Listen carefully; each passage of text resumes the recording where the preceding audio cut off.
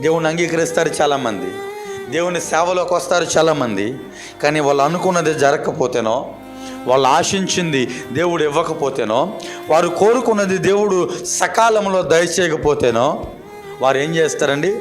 దేవుడు సన్నిధిని విడిచిపెట్టకపోగా వారు మాట్లాడే మాట ఇలా ఉంటుంది: దేవుడు మాకేం చేయలేదండి, దేవుడు మాకేం చేయలేదు.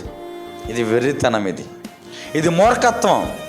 నా నామమున మీరు నన్ను ఏమి అడిగినను నేను అది ఇస్తాను అని దేవుడు అడిగినప్పుడు, మనకు ఏం అడగాలో తెలియనంతవరకు దేవుడు మనకేం వేయాలో ఆయనకి తెలియదు.